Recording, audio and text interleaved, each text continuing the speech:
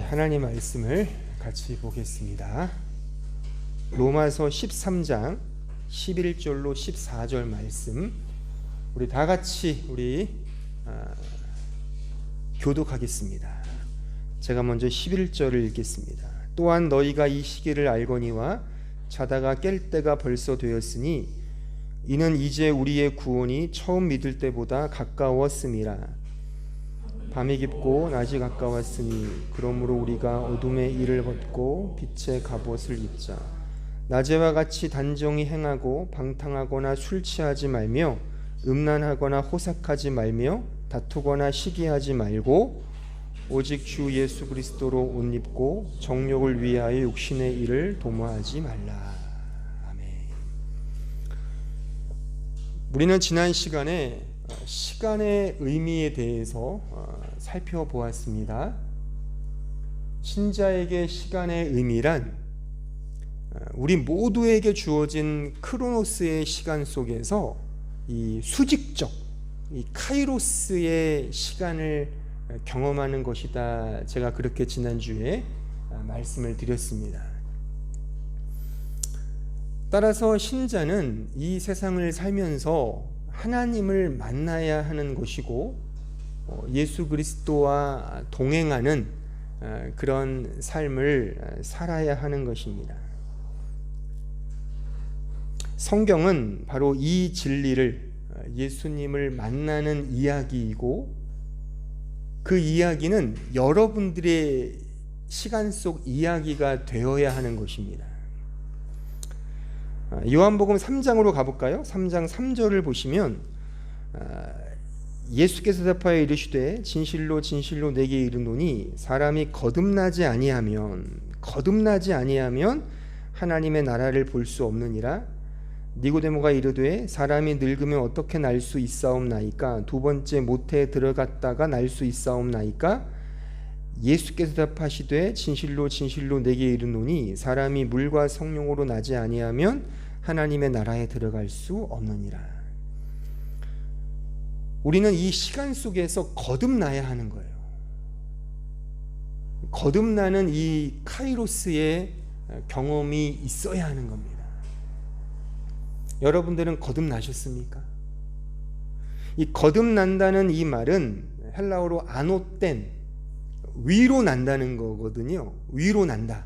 그러니까 위로부터 다시 태어난다가 거듭난다는 의미인데, 그러니까 우리 모든 인간들은 다 아래로 태어났잖아요. 어머니의 자궁을 통해 아래로 출생을 했지 않습니까? 이게 크로노스의 출생인데 여기에 그치는 것이 아니라 신자는 카이로스, 위로부터 다시 태어나야 한다는 겁니다. 이게 거듭남입니다. 이 거듭남을 또한 지금 읽은 이 말씀은 물과 성령으로 나야 한다라고 말씀하잖아요. 물과 성령, 요한복음 4장 13절 보세요.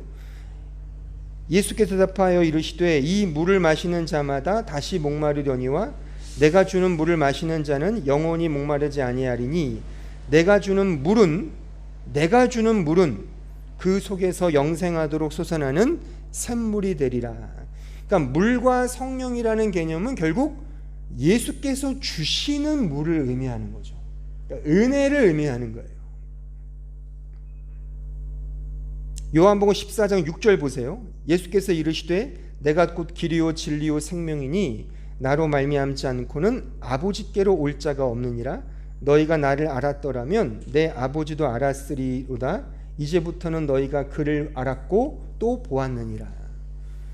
따라서 거듭난다는 것은 위로 난다는 것이고, 또한 위로 난다는 것은 물과 성령으로 난다는 것을 의미하고, 물과 성령으로 난다는 것은 주님이 주시는 그 물, 그 영생수, 샘물을 마신다는 것을 의미하고, 주님이 주시는 그 샘물로만 아버지께로 돌아간다, 그겁니다. 아버지께로 돌아간다는 게 구원입니다. 생명을 가진 모든 존재에게는 귀소 본능이라는 게 있잖아요. 그렇죠? 인간으로 말하면 본향으로 돌아간다, 고향으로 돌아간다, 원래 우리의 그 원래 자리로 돌아간다라는 의미가 있잖아요. 우리도 지금 이민 생활을 하면서 돈 열심히 벌어서 다 뭐 하자는 거예요? 한국 방문하고 싶은 거잖아요. 엄마 아빠가 계신 그곳, 그게 우리의 본향이잖아요. 그런 말하자면 귀소 본능이 우리에겐 있어요. 근데 이것을 좀 더 본질적으로 말하면 아버지 하나님에게로 돌아간단 말입니다. 근데 어떻게 하나님 아버지께 돌아가느냐? 유일한 하나의 길밖에 없다는 거예요, 성경은. 그것이 바로 예수 그리스도를 통해서 예수님을 만나야만 아버지께로 간다는 겁니다. 그러므로 신자는 이 시간 속에서 예수 그리스도를 통해 아버지께로 돌아가는 그 여정인 겁니다.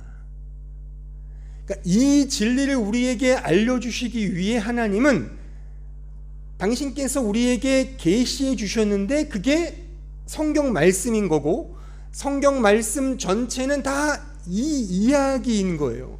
예수 그리스도를 통해 다시 아버지 하나님께로 리턴하는 그 여정을, 그 이야기를 성경이 계속 써 내려가고 있는데, 우리가 이해할 수 있도록 매우 쉽고 여러 가지 도구와 장치들을 통해 이 구원, 이 복음을 우리에게 계속 알려주시는 그런 이야기로 성경이 기록되어 있다는 것입니다.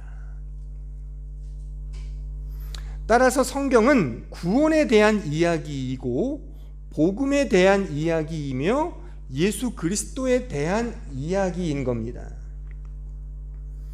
성경에 기록된 원어인 히브리어와 헬라어 성경을 보면 그 헬라어 히브리어의 화법상의 특징은 두괄식입니다. 그러니까 중요한 내용을 가장 먼저 앞에 두는 화법으로 히브리어와 헬라어가 이렇게 진행되거든요. 따라서 제가 언젠가도 말씀드렸지만 성경에서 가장 중요한 구절, 가장 중요한 단어를 꼽자면 어디겠습니까? 성경 맨 앞에 등장하는 그 단어겠죠. 그 구절이겠죠. 성경을 딱 펴면 창세기가 등장하고 창세기 1장 1절 가장 먼저 나온 단어가 히브리어로 베레시트입니다. 베레시트. 이것은 태초에라고 번역을 했는데 시간의 시작을 의미하는 거예요.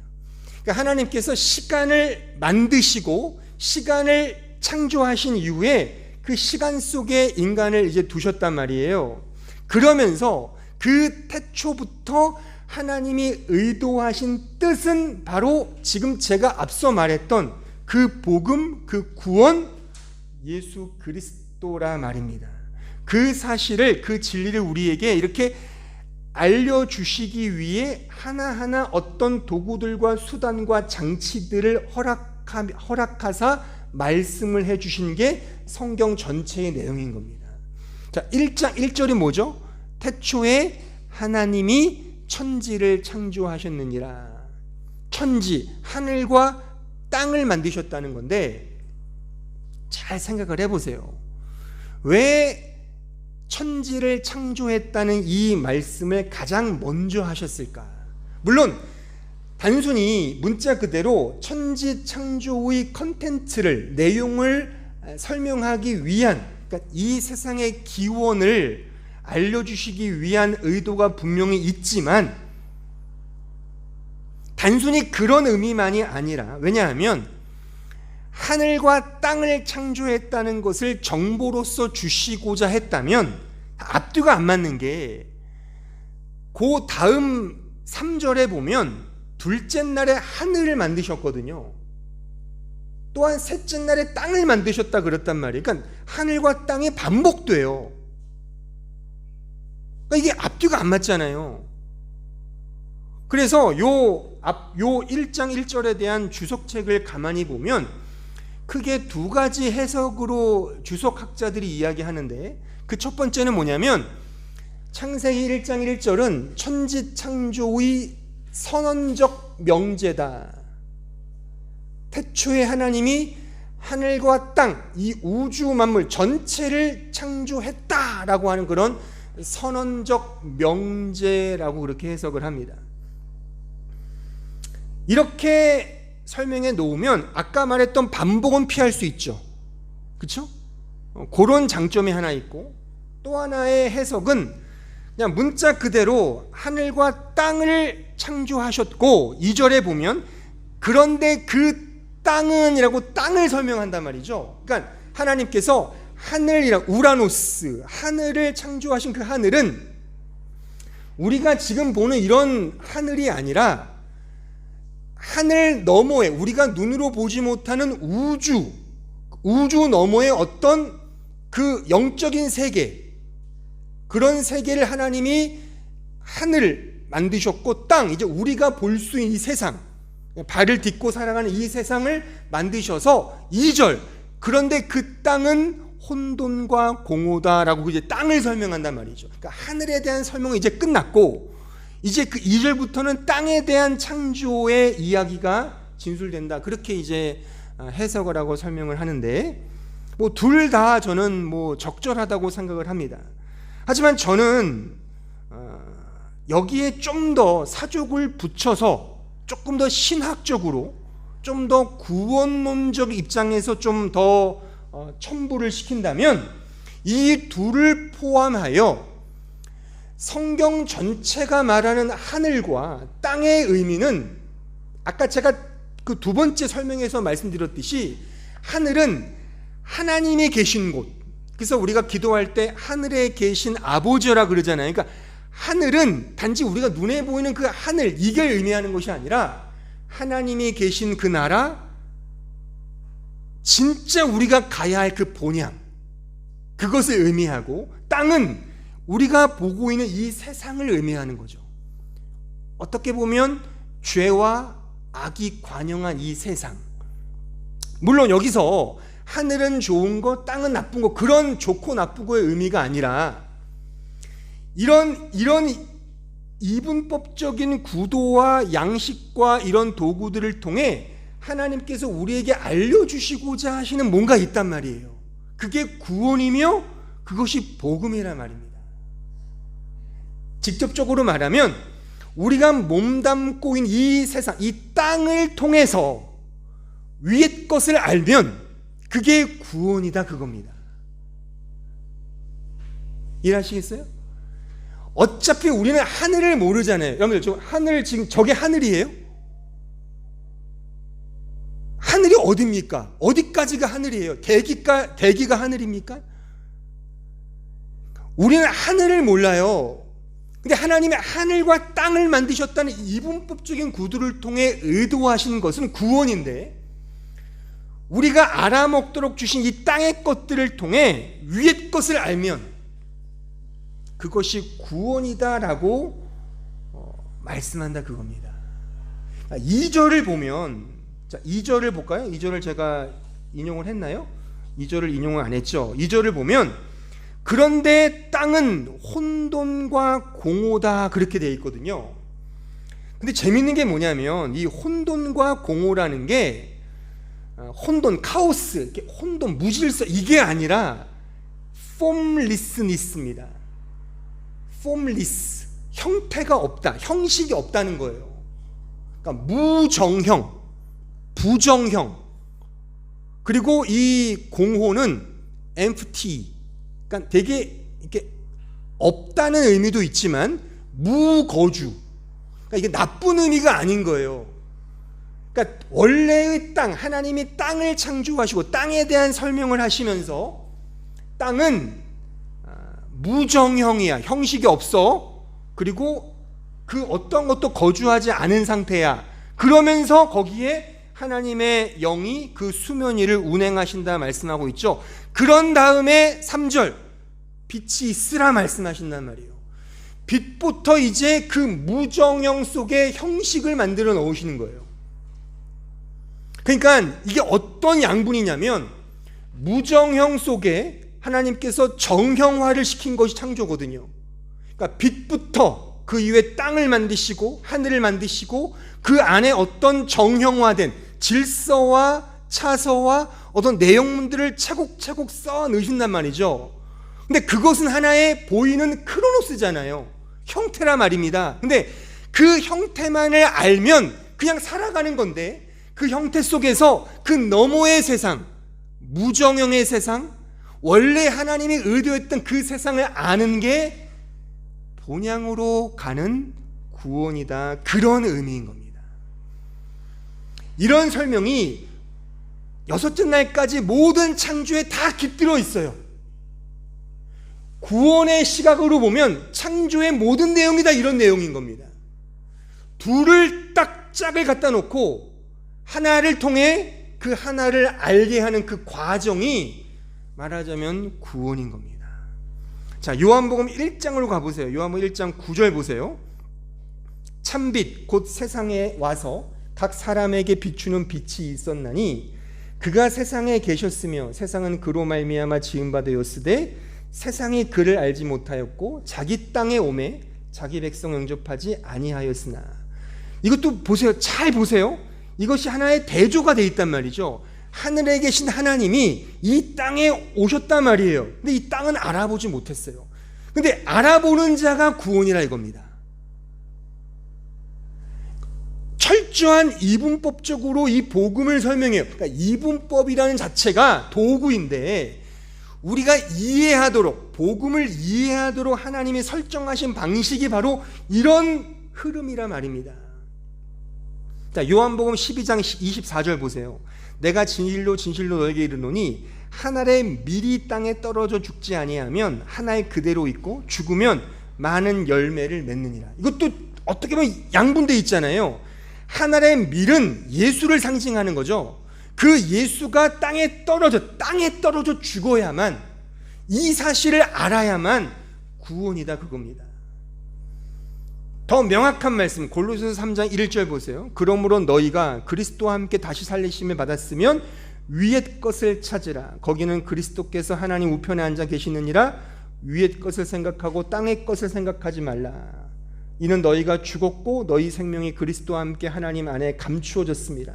우리 생명이신 그리스도께서 나타나실 그때에 너희도 그와 함께 영광에 나타나리라. 그러므로 땅에 있는 지체를 죽이라. 곧 음란과 부정과 사욕과 악한 정욕과 탐심이니 탐심은 우상 숭배니라. 이것들로 말미암아 하나님의 진노가 임하느니라. 철저한 이분법적인 거예요. 구도 자체가. 그러니까 땅의 것을 죽이고 위의 것을 생각하는, 그러니까 위로 나는 거듭남을 통해, 그러니까 이러한 방식을 통해 하나님 우리에게 당신의 구원과 그 복음을 우리에게 설명해 주고 있다는 겁니다. 따라서 하나님이 창조를 통해 의도하신 뜻은 구원입니다.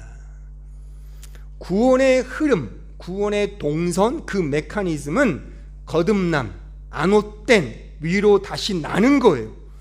아래로 태어난 자가 다시 안옷된 위로 나는 이런 동선과 흐름이 구원이며 복음인 겁니다. 그 중심에는 예수 그리스도가 계신 것이죠. 성경은 이 부분을 계속 전체가 이 사실을 우리에게 가르쳐주고 있습니다.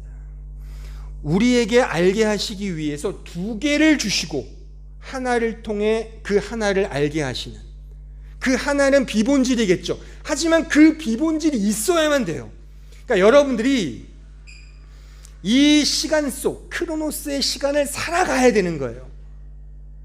살아가지 않으면 결단코 이 카이로스, 그 하나님과의 만남을 경험할 수가 없는 겁니다. 열심히 이 세상을 살아가야 되는 거예요. 또한 이 세상을 제대로 알면 당연히 복음과 구원으로 갈 수밖에 없어요. 그래서 이 기독교가 말하는 복음은 세계관이라고 하는 거예요.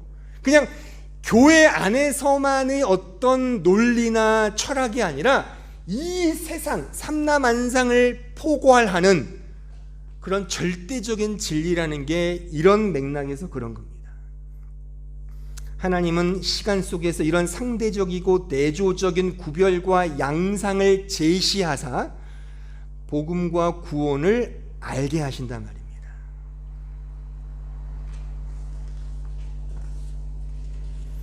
따라서 우리는 이 창조의 세상을 통해서 바로 이 크로노스의 시간 속에서 카이로스의 시간을 경험해야 되는 것이고, 이 둘은 당연히 우리 인간에게는 필연적인 과정으로 주어질 수밖에 없는 거예요.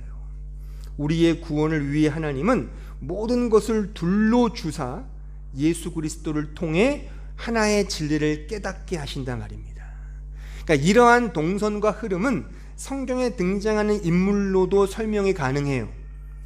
구약의 대표적인 인물은 아브라함과 야곱이고, 신약의 대표적인 인물은 베드로와 바울이에요. 이 네 사람에게는 동일하게 두 가지의 이름이 성경에 등장을 하죠.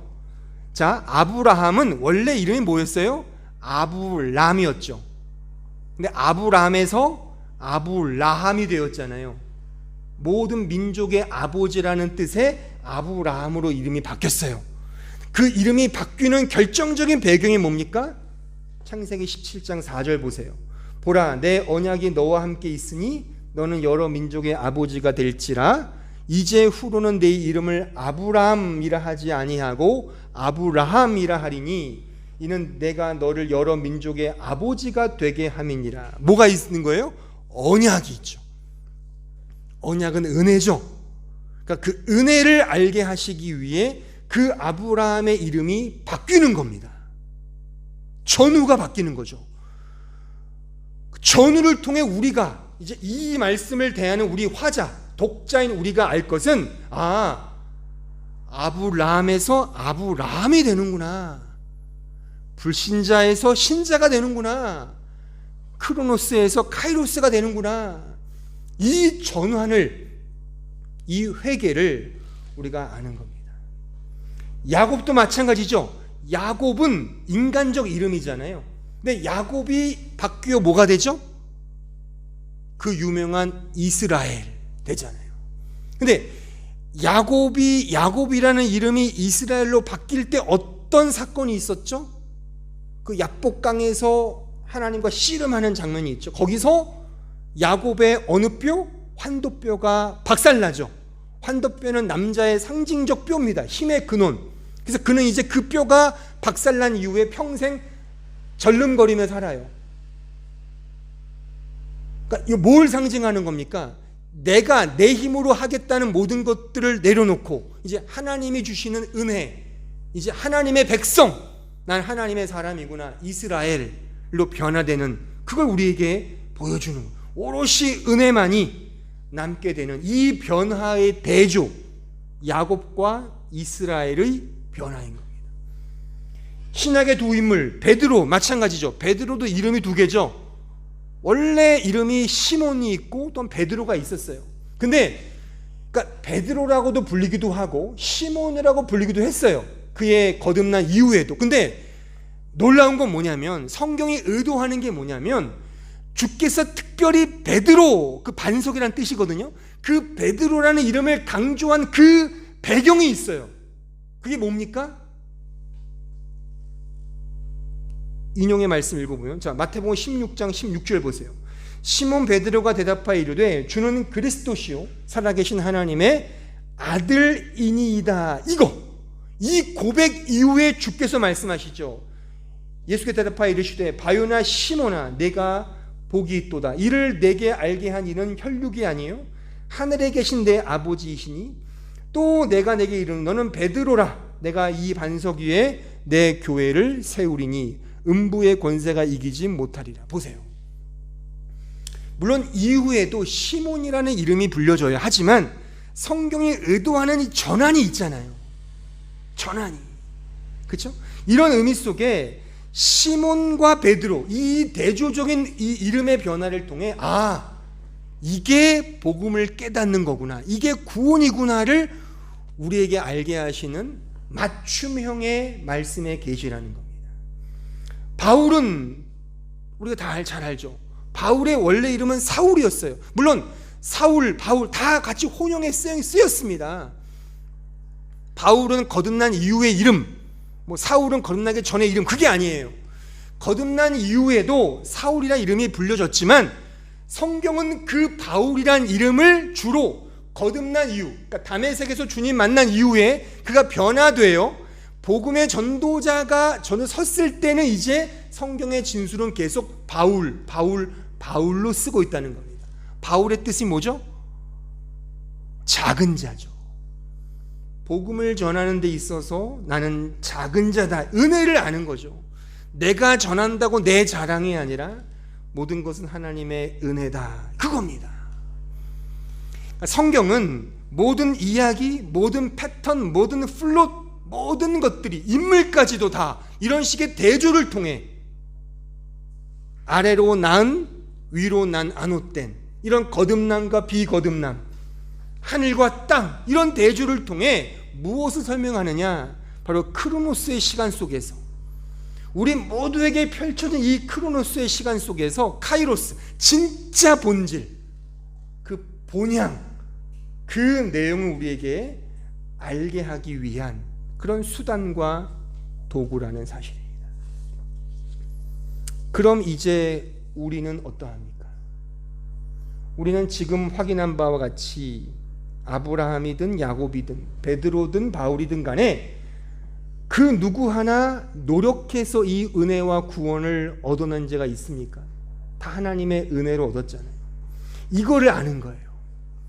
하나님이 시간을 창조하여 이 시간 속에 인간을 두신 이유와 의미는 모든 것을 하나님 자신이 행하신다는 그의 의지와 열심의 표명인 겁니다. 따라서 그가 다 하신 겁니다. 그가 행하시는 그 역사가 이 시간 속에서 어떻게 나에게 적용되느냐를 믿음의 시선으로 바라보며 의지하는 것이 시간 속에 살아가는 우리 신자의 존재 목적인 거예요. 이 표현을 잘 기억하세요. 하나님이 행하시는 그 모든 역사가 이 시간 속에서 어떻게 나에게 적용되느냐를 오직 믿음의 시선으로서만 바라보며 의지하는 것이 이 시간 속, 크로노스의 시간 속에 우리가 카이로스를 경험해야 할 그 중요한 내용인 겁니다. 자, 마태복음 19장 16절부터 30절, 좀 길긴 한데 우리 한 절씩 한번 교독하여 말씀을 읽어보겠습니다. 제가 16절을 먼저 읽을 테니까 17절부터 번갈아 가면서 읽겠습니다. 어떤 사람이 주께 와서 이르되 선생님이여, 내가 무슨 선한 일을 하여야 영생을 얻으리이까?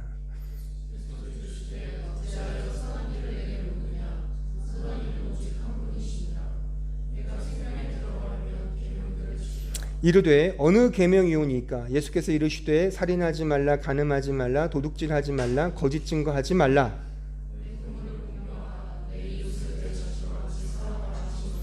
그 청년이 이르되 이 모든 것을 내가 지켰사온데 아직도 무엇이 부족하니까?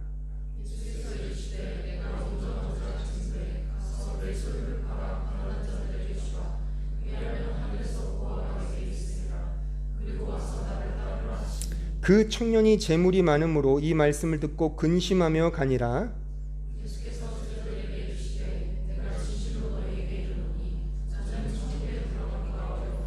다시 너에게 말하노니 낙타가 바늘귀로 들어가는 것이 부자가 하나님의 나라에 들어가는 것보다 쉬우니라 하시니,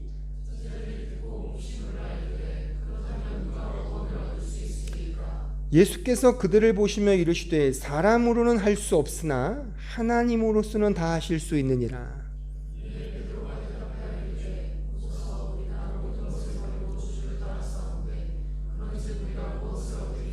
예수께서 이르시되 내가 진실로 너에게 이르노니 세상이 새롭게 되어 인자가 자기 영광의 보좌에 앉을 때에 나를 따르는 너희도 12 보좌에 앉아 이스라엘 12지파를 심판하리라.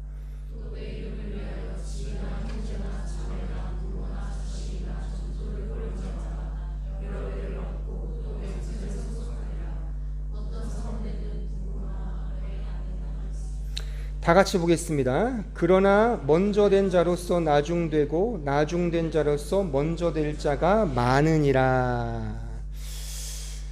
제가 이 설교를 통해 의도한 이 구절의 핵심은 26절과 30절입니다. 다시 한번 보세요. 26절, 예수께서 그들을 보시며 이르시되, 그러니까 그 전에 제자들이 그럼 누가 구원을 얻습니까의 주님의 반문이죠. 사람으로는 할 수 없다, 하나님으로선 다 할 수 있다, 이겁니다.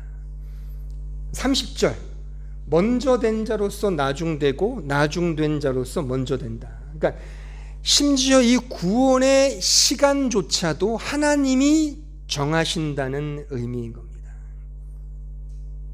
우리는 다만 이런 하나님을 믿을 뿐이다, 이겁니다. 바로 이 부분에 우리에겐 자꾸 갈등과 고민이 생기죠. 내가 뭔가를 자꾸만 하고 싶은데 왜 자꾸만 우리는 못한다라고만 말을 할까? 왜 성경은 이렇게 나를 알아주지 못할까? 신을 위해 뭔가를 섬기겠다는 발상 자체는, 그 의도는 물론 칭찬받아 마땅합니다. 하지만 그 섬김과 충성과 봉사와 하나님을 위해 일하겠다는 그 열심은 약간의 궤도만 수정돼도, 조금만 바뀌어도 영락없이 자기 의가 되어버린다는 사실을 우리는 명심해야 하는 것입니다. 그 프로이트의 정신분석학의 말을 하나 빌리면 리비도라는 그런 명칭이 있어요. 자기애적 상승 욕구라는 그런 뜻입니다. 그렇게 해석을 할 수 있어요. 자기애, 그러니까 자기의는 바로 리비도인 거예요. 자기애적 상승 욕구, 그러니까 신을 섬기고 봉사하고 충성한다는 것이 실상은 자기 사랑의 발현이라고 하는 것입니다.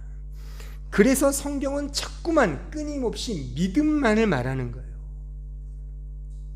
믿음을 설명하기 위해서 우리가 쉽게 알 수 있는 이 크로노스의 시간 속에서 어떤 의미에서 실패와 좌절과 고난과 힘듦을 맛보게 하면서 눈을 들어 카이로스의 하나님을 만나게 하는 이런 이중적인 플레이로 그 복음과 은혜를 우리에게 알게 하신단 말입니다.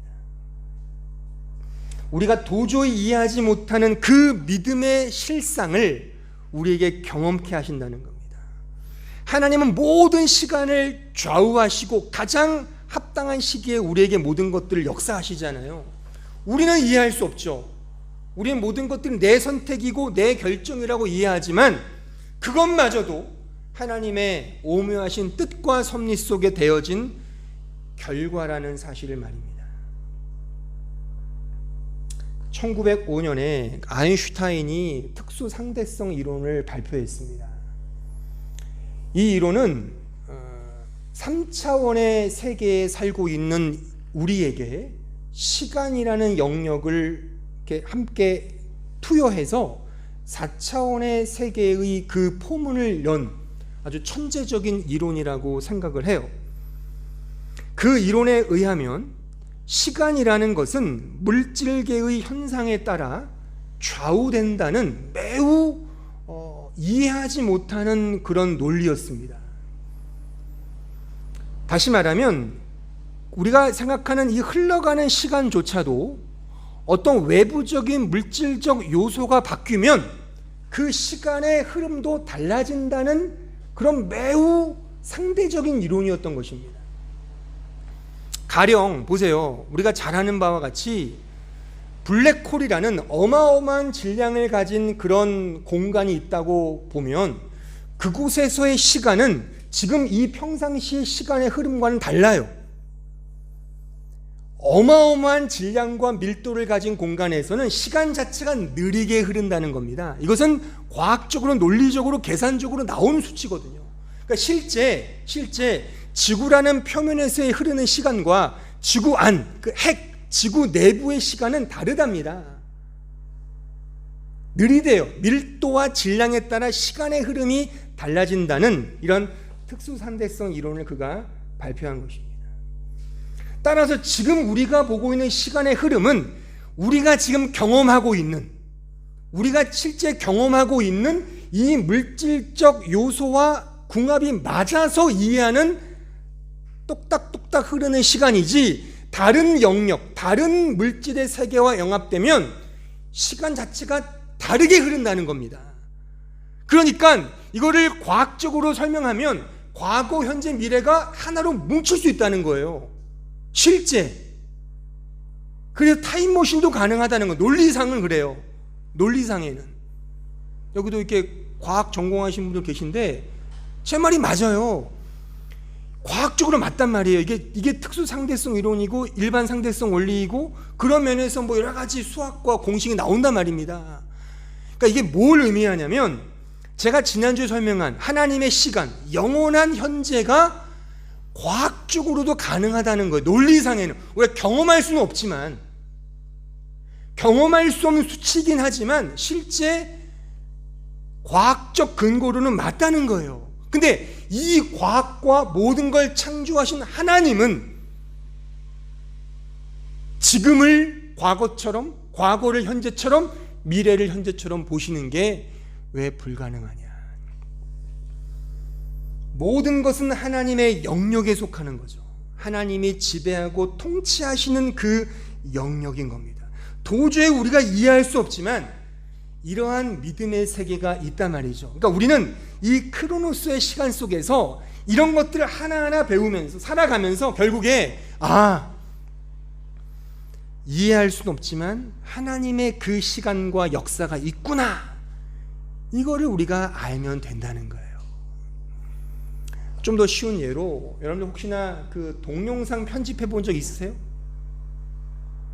동영상을 찍고서 편집을 해보면 컴퓨터 모니터 앞에 동영상을 평면으로 쭉 늘어놓잖아요. 그래서 시간별로 과거, 현재, 미래가 쭉 늘어져 있어요. 그래서 내가 원하는 어떤 것들은 지우고 어떤 것들은 첨부하고 또 반복하고 글씨를 집어넣고 해서 하나의 동영상을 만든단 말입니다. 이런 개념이 하나님의 우리를 향한 시간대인데, 그 시간을 만나는 그 정점이 바로 믿음이라는 거예요.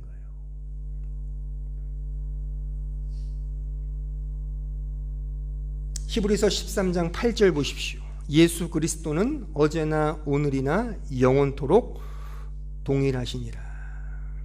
우리가 믿는 하나님은 바로 이런 하나님인 겁니다. 시간 속에 일하시면서 그 시간을 자유롭게 창조하시는 그런 하나님을 만나는 거예요. 모든 것을 다 하나님이 하시는 겁니다. 따라서 우리가 이런 하나님을 믿을진데 자꾸 뭔가를 하려고 아등바등하지 말고 오직 믿음으로만 주님을 의지하자 말입니다. 물론 아무것도 하지 말자는 건 아니에요. 어차피 지금 살고 있잖아요. 지금 크로노스에 살고 있잖아요. 이 힘든 이민생활을 하고 있잖아요. 우리 학생들 공부하고 있잖아요. 힘들죠? 살고 있잖아요. 이걸 잘 살라니까요.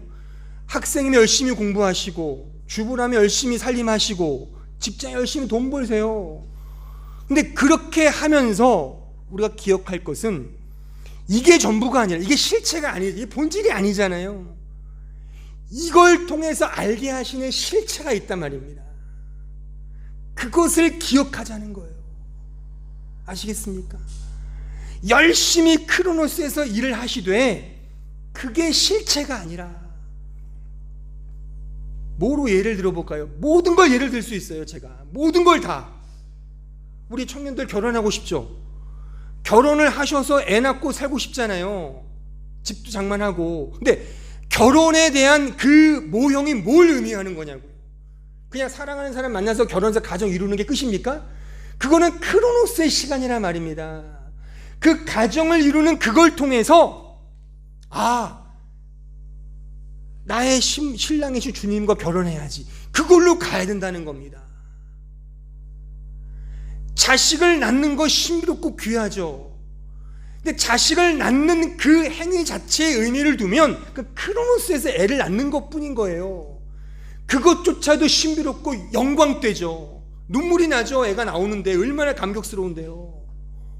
근데 그거 자체로 만족하는 것이 아니라 그걸 통해 하나님이 나를 낳으신, 나를 창조하신 그 하나님의 사랑을 진짜 이제 아버지로서 내가 자식된 의미로 이해한다면 그 자식을 낳아 부모가 된다는 그것이 복음으로 가게 하는 도구라 말입니다. 그러니까 제가 자식을 낳고 이렇게 할 때 축하의 꼭 메시지를 보내는 게 이제 비로소 아버지의 마음을 알겠네요 라고 제가 늘 보내요. 알는지 모르는지 모르겠지만 그걸 통해 진짜 내 아버지, 그의 마음과 그의 사랑을 내 자식을 통해 안다면 그게 믿음으로 가는 하나의 도구라 말입니다.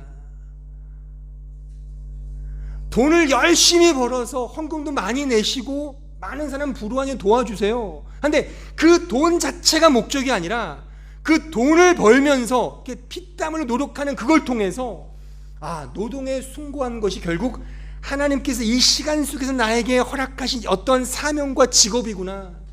그 믿음으로 가면 그 노동과 그 직업이 오히려 복음을 알게 하는 하나의 도구이며 수단이 된다는 겁니다. 어느 것 하나, 이 자연에게 주신 모든 것들은 다 믿음과 복음과 은혜를 알게 하는 하나의 도구에 지나지 않는 거예요.